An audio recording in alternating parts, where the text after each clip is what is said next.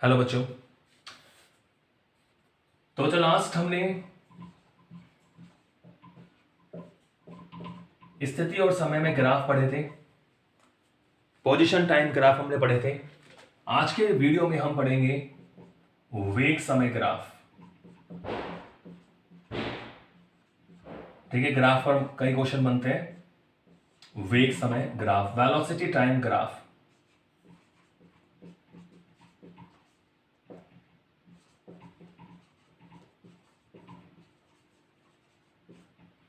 Velocity time graph यानी वेग समय ग्राफ, इसकी चर्चा हम आज करेंगे। वेग समय ग्राफ क्लियर है? ओके, तो यहां कुछ बातें आप जान लीजिए कि वेग समय ग्राफ जो बनता है, यानी वेग को हम लेते हैं y अक्ष पर और समय को लेते हैं हम x अक्ष पर। ठीक है, वेग समय ग्राफ जो बनेगा, इसका जो ढाल है, जो देखो क्वेश्चन में काम आएगा, वेग समय वक्र का ढाल। ढाल का मतलब क्या होता है? tan theta. तो वेग समय वक्र का जो ढाल होता है वो त्वरण को व्यक्त करता है,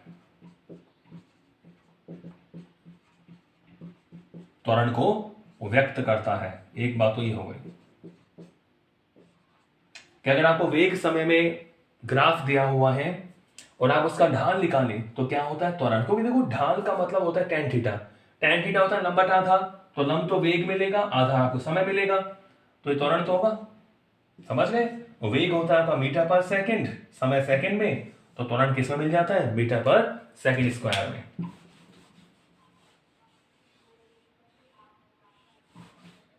क्लियर है? तो वेग समय वक्र का जो ढाल है वो किसको शो करेगा? त्वरण को। दूसरी बात,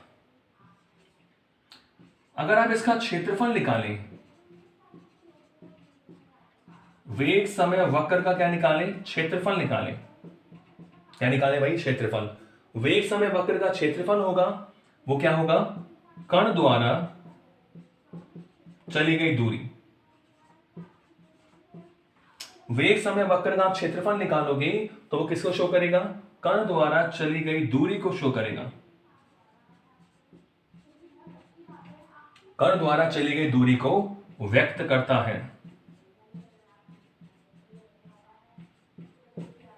वेग समय वक्र का जो क्षेत्रफल होगा, ठीक है, वो कण द्वारा चली गई दूरी को व्यक्त करता है। क्योंकि आप देख रहे हैं, देखो क्षेत्रफल का मतलब क्या होगा? v into T. ये वो क्षेत्रफल, लंबाई इंटू चौड़ाई क्षेत्रफल। तो देखो v तो क्या होता है? v होता है मीटर पर सेकंड। t क्या होता है? सेकंड। सेकंड से सेकंड कटेगा तो क्या बचेगा? मीटर। तो वेग समय वक्र का जो क्षेत्रफल है वो तो कण द्वारा चली गई दूरी को व्यक्त करेगा, और जो ढाल है वो किसको शो करेगा? त्वरण को। तो दो बातें आपने सीख ली हैं, ये क्वेश्चन में आपके काम आएंगी। ठीक है, चलो अब हम ग्राफ बनाते हैं।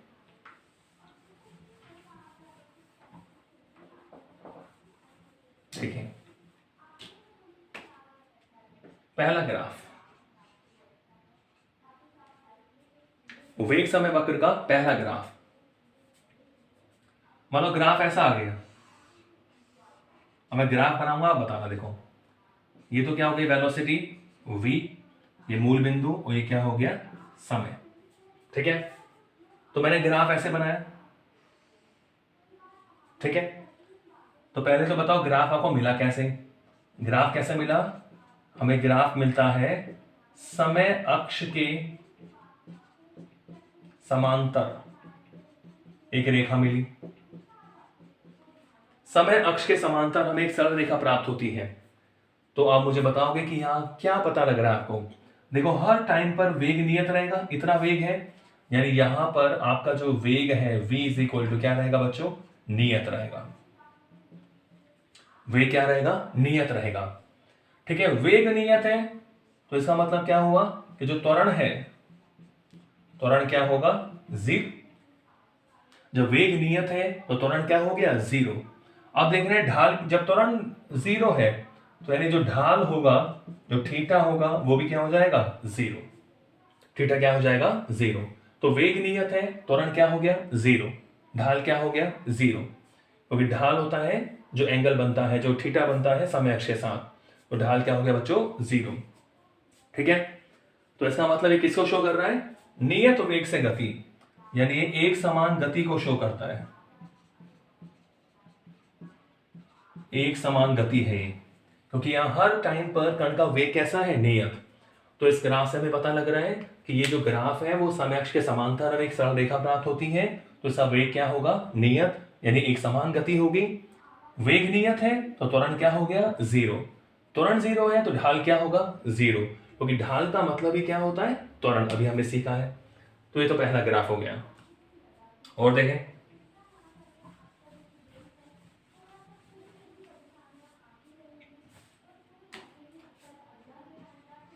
अगर मान लो ग्राफ ऐसा मिला आपको, ये मूल बिंदु से गुजरने वाली सरल रेखा को प्राप्त हुई, ये तो क्या है? वेग, ये मूल बिंदु, ये क्या हो गया? समय। इस तरह ग्राफ आपको मिलता है। ये हो गया हमारे पास v वेग, ये क्या हो गया? t समय, और ये वेग और समय में कैसा ग्राफ मिलता है? एक सरल रेखा हमें मिलती है। और ये एंगल कितना बन रहा है? थीटा। ठीक है, तो इस समय क्या पता लग रहा है? यहां वेग क्या हो रहा है? बढ़ रहा है। देखो समय के साथ साथ क्या हो रहा है? वेग बढ़ रहा है।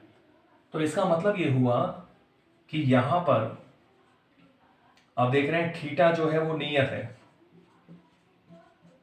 थीटा जीरो नहीं है, थीटा कैसा है? नियत। यानी किसी भी पॉइंट में आप देखोगे तो थीटा की वैल्यू क्या रहेगी? समान रहेगी। अब मैंने आपसे पूछा कि भाई t बराबर जीरो पर वेग, तो t बराबर जीरो है ना, तो t बराबर जीरो पर वेग, यानी t बराबर जीरो पर जो वेग होता है उसको हम बोलते हैं प्रारंभिक वेग। प्रारंभिक वेग, तो ये प्रारंभिक वेग यहां पर क्या है? जीरो। प्रारंभिक वेग को हम u से शो करते हैं। प्रारंभिक वेग को हम कैसे शो करते हैं? u से। तो t बराबर जीरो पर वेग अर्थात प्रारंभिक वेग u बराबर कितना है? जीरो, यानी यहां प्रारंभिक वेग क्या है? जीरो। प्रारंभिक वेग जीरो है, यहां पर शून्य प्रारंभिक वेग से गति स्टार्ट हो रही है। ठीक है, वक्र का ढाल नियत है, थीटा नियत है, और थीटा अब देख रहे हैं लेस देन क्या है? 90 डिग्री। थीटा लेस देन क्या है बच्चों? 90 डिग्री। ठीक है, तो यहां पर आप देख रहे हैं जो त्वरण है वो एक समान है। त्वरण कैसा है? नियत, क्योंकि थीटा नियत है। त्वरण कैसा हो गया? नियत, यानी गति कैसी हो गई? एक समान त्वरित गति।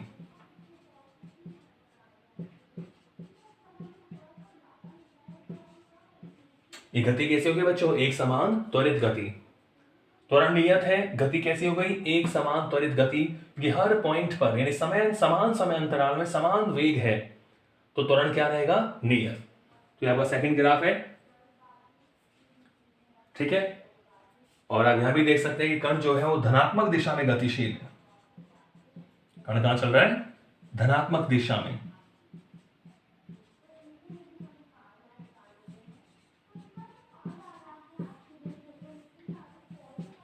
ठीक है भाई, कण कहां गतिशील है? धनात्मक दिशा में गतिशील है। ओके, और देखते हैं।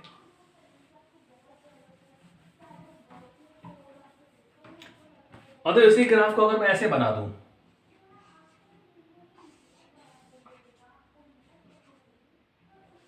ठीक है, तो ग्राफ आपको वैसे ही दिख रहा है, बस यहां आपको दिख रहा होगा कि t बराबर जीरो पर जो वेग है वो जीरो नहीं है, वो कितना है? u। t बराबर जीरो पर वेग कितना है? u है। तो यहां प्रारंभिक वेग t बराबर जीरो पर u है। ठीक है, जीरो नहीं है, तो u प्रारंभिक वेग से गति कर रहा है। बाकी सारी बातें वही हैं कि आप देख रहे हैं ये एंगल थीटा, सारी बातें वही होंगी कि थीटा नियत है। ठीक है, थीटा नियत, ढाल नियत है, यानी त्वरण कैसा होगा? नियत। ठीक है, तो यहां भी आप लिख सकते हैं एक समान त्वरित गति। ये भी गति कैसी होगी? एक समान त्वरित गति, क्योंकि त्वरण नियत है। बस यहां ध्यान ये रखना है कि प्रारंभिक वेग जीरो नहीं है, u प्रारंभिक वेग है। ठीक है, बाकी सारी बातें वही है, पॉजिटिव दिशा में गतिशील है। और देखें,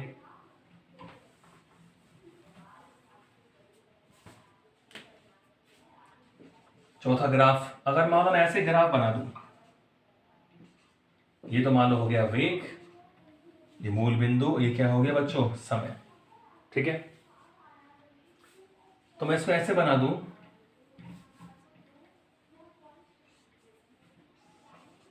ये मूल बिंदु, ये हो गया समय। तो इस तरह बना लें। तो आप देख रहे हैं वेग ऊपर पॉजिटिव होगा मूल बिंदु के ऊपर और नीचे क्या होगा, नेगेटिव। तो ये हो गया इसका नेगेटिव वेग, यानी ऋणात्मक प्रारंभिक वेग से गतिशील है। बाकी सारी बातें वही हैं। तो इसका मतलब क्या हुआ कि t बराबर 0 पर, यानी इसका जो प्रारंभिक वेग होगा, इसका प्रारंभिक वेग क्या होगा, ऋणात्मक। ठीक है भाई, प्रारंभिक वेग क्या होगा इसका, ऋणात्मक यानी माइनस यू। इसका प्रारंभिक वेग होगा ऋणात्मक यानी माइनस यू। बाकी सेम बातें वही है। ठीक है, प्रारंभिक वेग क्या हो गया, ऋणात्मक। बाकी सब कुछ वही है कि धनात्मक दिशा में गतिशील है, त्वरण नियत है, ढाल नियत है। केवल यह बात है प्रारंभिक वेग की, वो कैसा होगा, ऋणात्मक होगा। ठीक है, और देखें,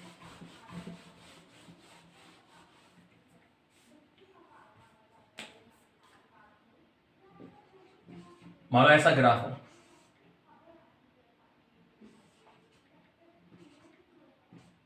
तो ये v वेग है, मूल बिंदु और ये समय।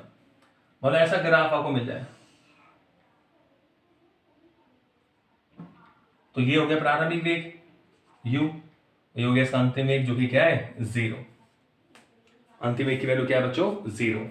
ठीक है, तो यहां देख रहे हैं कि जो कण है वो है तो धनात्मक दिशा में गतिशील, लेकिन उसका त्वरण कैसा होगा, नेगेटिव। इस ग्राफ में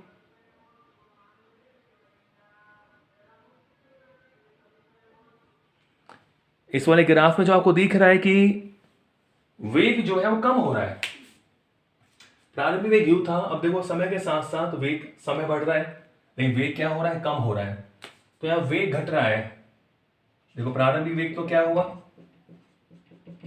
u।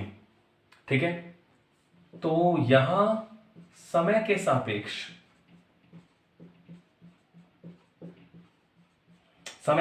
समय बढ़ रहा है, वेग क्या हो रहा है, घट रहा है। समय के सापेक्ष वेग घट रहा है, वेग घटेगा तो त्वरण कैसा होगा, ऋणात्मक। वेग घटेगा, त्वरण कैसा होगा भाई, ऋणात्मक त्वरण होगा।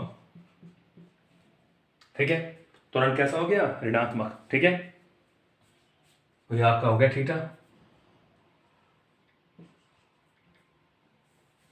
तो थीटा की वैल्यू यहां पर क्या है, आप देख सकते हैं, greater than 90 degree. Theta is greater than 90 degree. Clear है,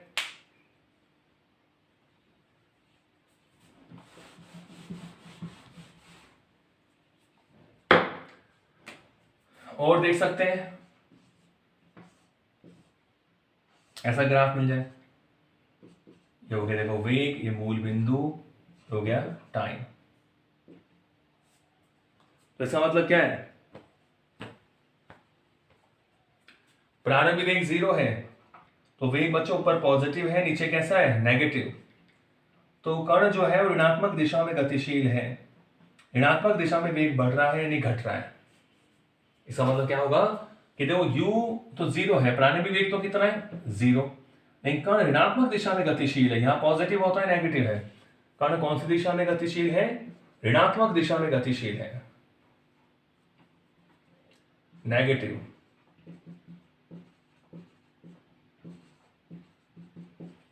ऋणात्मक दिशा में, तो समय के साथ साथ वेग बढ़ रहा है लेकिन ऋणात्मक दिशा में बढ़ रहा है, यानी वास्तव में कम हो रहा है। ऋणात्मक दिशा में गतिशील। ठीक है, तो ऋणात्मक दिशा में गतिशील है और जो त्वरण है वो कैसा होगा, वो होगा ऋणात्मक।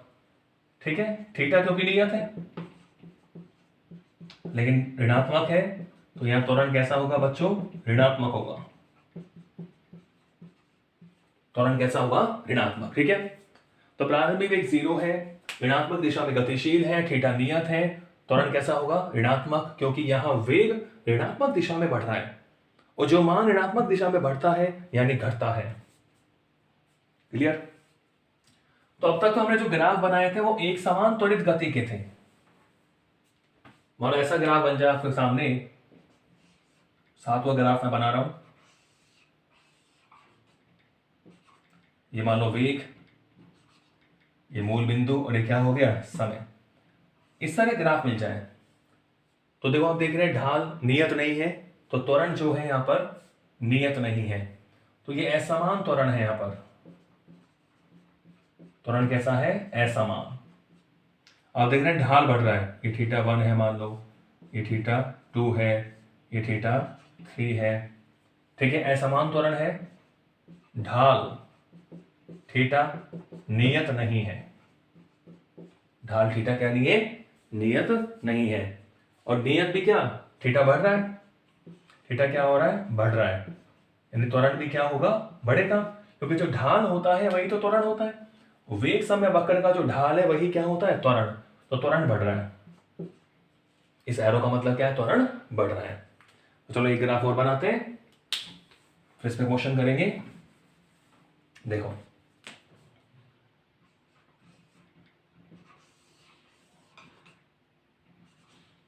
ये मानो वेग, मूल बिंदु, और ये क्या हो गया, समय।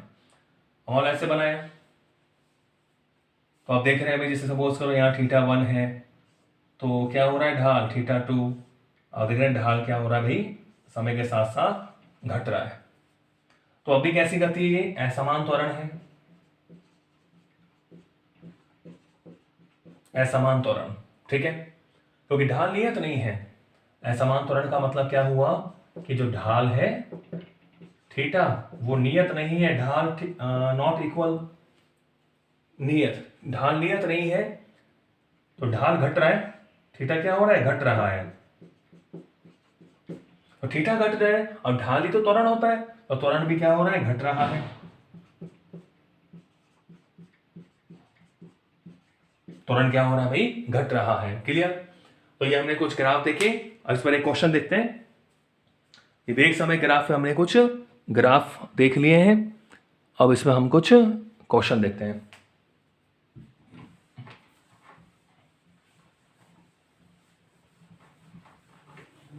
देखिए, तो एक क्वेश्चन लेके चलता हूं मैं आपके सामने।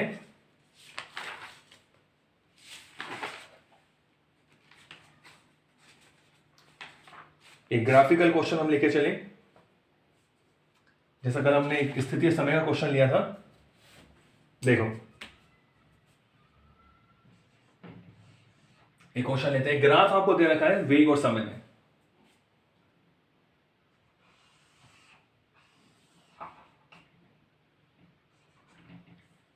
एक वेग और समय में आपको ग्राफ दे रखा है, तो यहां आपको दे रखा है 10, यहां दे रखा है 20। तो ये वेग है मीटर पर सेकंड में, ठीक है।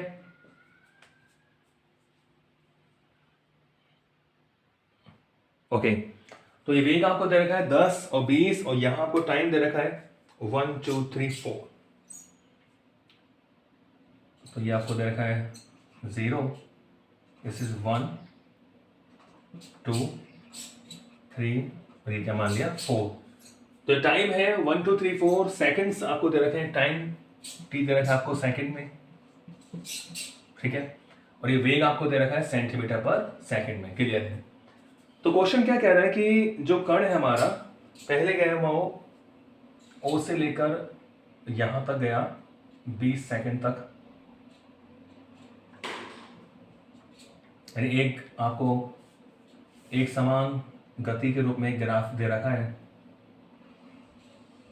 इस तरह, ए पॉइंट, यानी 1 सेकंड तक वो यहां तक पहुंच गया, ए पॉइंट तक, यानी उसका वेग कितना हो गया 20। ए पॉइंट पर वेग कितना है 20, और ये ओ पॉइंट पर 0 है, ठीक है। उसके बाद अगले 1 सेकंड में वो नियत रहा, बिल्कुल नियत वेग से गतिशील रहा। शुरू के 1 सेकंड में तो वेग बढ़ रहा है, तो ये नियत रहा, तो इसको मैंने क्या मान लिया, बी पॉइंट। ये ए पॉइंट है, ये पॉइंट कौन सा है, बी। फिर अगले 1 सेकंड में उसके वेग में कमी हुई, तो 1 सेकंड में वो यहां पहुंचा,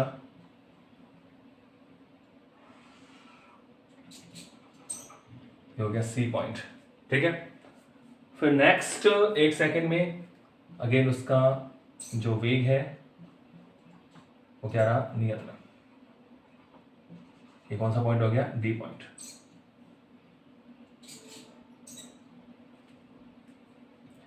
तो मतलब ये ग्राफ आपको दे रखा है, तो ग्राफ आपके पास है ओ ए बी सी डी, इस तरह गति कर रहा है, ठीक है।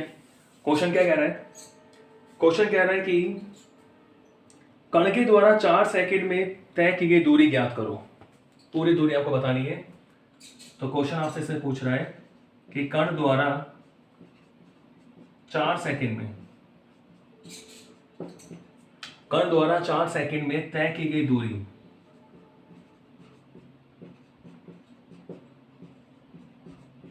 कण द्वारा 4 सेकंड में तय की गई दूरी ज्ञात करो। 4 सेकंड में तय की गई दूरी ज्ञात करो। तो आपको दूरी बतानी है, 4 सेकंड में तय की गई दूरी आपको बतानी है इसमें। तो देखो 1 सेकंड 2 3 4, तो 4 सेकंड में दूरी आपको आगे ध्यान रखना है, ये दूरी नहीं है, वेग आपको दे रखा है 10 20, ये आपके पास वेग है। तो 4 सेकंड आप देख रहे हैं ग्राफ हमें अलग अलग मिल रहा है। ओ ए 1 सेकंड में, तो पहले आपको इसमें दूरी निकालनी पड़ेगी कि भाई 1 सेकंड में कितना चल रहा है, क्योंकि वेलोसिटी उसकी यहां पर चेंज हो रही है ओ से लेकर ए तक, ठीक है। और यहां ए से लेकर बी तक कांस्टेंट है 20, समय दे रखा है 1 सेकंड। बी और सी में आप देख रहे हैं 1 सेकंड, यहां चेंज हो रहा है। तो आपको यहां जो निकालना है, तो अगर मैं ग्राफ को 4 भागों में बांटूं, इसका हम देखो सॉल्यूशन करें, तो अगर ओए की गति की बात करके उसने ओए में कितनी दूरी चली, तो पहले मैं क्या निकाल रहा हूं कि ओए वक्र, ओए वक्र की मैं बात करूं तो ओए वक्र पर दूरी कैसे निकालेंगे। तो देखो ये आपको दे रखा है वेलोसिटी और टाइम में ग्राफ, वेलोसिटी और किसमें दे रखा है, टाइम में ग्राफ आपको दे रखा है। तो बच्चों इसमें क्या है आपके पास कि ओ से लेकर जब वो ए तक जाता है तो उसका वेग में क्या हो रहा है, परिवर्तन हो रहा है। तो हम यहां त्वरण निकाल सकते हैं, क्या निकाल सकते हैं, त्वरण। तो ओए वक्र में जो त्वरण होगा, ओए वक्र के लिए त्वरण क्या होगा, वेग में परिवर्तन बटा समांतराल। तो वेग में कितना परिवर्तन हुआ, अंतिम वेग 20 माइनस प्रारंभिक वेग 0 बटा वेग में परिवर्तन बटा समय अंतराल 1 और 0, यानी 1 माइनस 0। तो यहां त्वरण कितना होगा भाई, 20 मीटर प्रति सेकंड स्क्वायर। यानी कहने का मतलब ओ से लेकर ए तक जब वो चल रहा है इस ओए गति में, उसका त्वरण कितना है, 20 मीटर पर सेकंड स्क्वायर। तो अब आप दूरी निकाल सकते हो, एक समान त्वरित गति है तो दूरी क्या होगी, देखो दूरी कितने सेकंड में चल रहा है, 1 सेकंड में, दूरी क्या होगी, फॉर्मूला क्या होगा, S is equal to ut plus half AT square. S बराबर क्या होगा, ut plus half AT square. तो बच्चों आप देख रहे हो ओए वाली गति की बात करें तो यहां दूरी जो है, देखो प्रारंभिक वेग कितना है, 0, तो u की वैल्यू तो क्या आ गई, 0, तो ये 0 हो गया, प्लस हाफ, a कितना है 20 और t कितना है 1 सेकेंड, यानी 1 इंटू 1 1 ही रहेगा। तो यहां आ गया s is equal to 10 metre आ गई दूरी। तो यानी ओए बराबर कितना आ गया भाई, 10 मीटर चला वो। इसको मैं ऐसा लिख दूं कि ओए जो उसने गति करी है वो कितनी है, 10 मीटर। अब आ जाओ ए बी पर, ये तो ओए की बात खत्म हो गई, भाई दूरी कितनी चली, 10 मीटर। अब बात कर रहा है वो ए बी, तो ए बी में तो देखो बिल्कुल आसान है, ये तो आप ऐसे निकाल सकते हो कि अब मैं बात कर रहा हूं, ये तो मान लो फर्स्ट पोर्शन हो गया, ये मैं सेकंड पार्ट ले रहा हूं, ए बी वाला वक्र। तो ए बी वक्र में दूरी कितनी चली, अब आप देख रहे हैं ए बी में तो कांस्टेंट चल रहा है वो, तो यहां त्वरण है ही नहीं, त्वरण 0 है। तो कितने वेग से चल रहा है, 20 से चल रहा है। कितना टाइम लिया, 1 से लेकर 2, यानी 1 सेकंड। तो वेग आपके पास है और समय आपके पास है।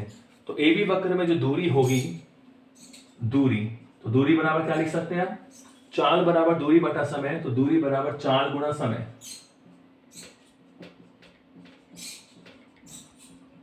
तो ए बी वाले वक्र में चली गई दूरी क्या होगी, चाल कितनी है भाई, 20, समय कितना है 1, क्योंकि 1 से लेकर 2, ए से लेकर बी जा रहा है, तो 1 से लेकर 2 यानी 1 सेकंड लिया, तो इसका मतलब ये हुआ कि ए बी जो डिस्टेंस होगी वो कितनी होगी, 20 metre. 20 metre A B distance क्या होगा, 20 मीटर। अब बीसी पे आ जाओ, बीसी वक्र की बात करें तो बीसी वक्र में आप पुनः देख रहे हैं कि बी पर वेलोसिटी कितनी है 20 और सी पर कितनी है 10, तो भाई वेग में परिवर्तन हो रहा है, यहां भी त्वरण निकाले। तो बीसी वक्र के लिए त्वरण की बात करें हम, त्वरण ए इज इक्वल टू वेग में परिवर्तन बटा समय अंतराल, तो अंतिम वेग कितना है 10, तो 10 माइनस प्रारंभिक वेग कितना 20। हम देखो बीसी की बात कर रहे हैं, तो बी पर जो वेग है वो प्रारंभिक वेग होगा 20, सी पर जो वेग अंतिम वेग होगा 10, तो बीसी के लिए सी कितना है 10, अंतिम वेग 10 है और प्रारंभिक वेग कितना है 20, तो 10 माइनस 20 अपॉन समय सी पॉइंट पर 3 माइनस 2, तो बच्चों ए इज इक्वल टू कितना आ गया -10 मीटर पर सेकंड स्क्वायर। ठीक है, तो बीसी वक्र की बात हो गई, तो त्वरण निकाल लिया, तो अब दूरी निकाल सकते हो कि S is equal to UT plus half AT square. तो बच्चों देखो S इज इक्वल टू, अब BC की बात करोगे BC, तो अब देखो BC पर वेग 0 नहीं है प्रारंभिक वेग, तो B पर वेग कितना है 20, तो मैं 20 लिखूंगा। समय कितना 2 से लेकर 3 यानी 1 सेकेंड, तो 20 इंटू 1 प्लस हाफ ए कितना माइनस का 10, T तो 1 है ही, तो अब देख रहे हैं यहां से S इज इक्वल टू देखो 20 और 2 पंचे 10, तो माइनस का 5 आएगा, यानी कितना आ गया बच्चों 15 मीटर। तो BC जो वक्र उसने तय करा, BC वक्र पर दूरी कितनी तय करी 15 मीटर। ठीक है, अब बचा लास्ट आपका चौथा सेकंड यानी C से लेकर D, तो उसे मैं यहां लिख दूं यानी फोर्थ। CD की बात करूं वक्र CD के लिए, तो वक्र CD के लिए आप देख रहे हैं वेग नियत है, दूरी कितनी होगी, दूरी वेग गुणा समय, वेग कितना है 10, देखो CD पर वेग कितना है 10, टाइम कितना लिया 1, ये आ गया 10 मीटर, ये आ गया आपके पास CD और ये क्या था BC। ठीक है, तो टोटल जो डिस्टेंस हुई आप जोड़ लो कि टोटल डिस्टेंस कितनी हुई,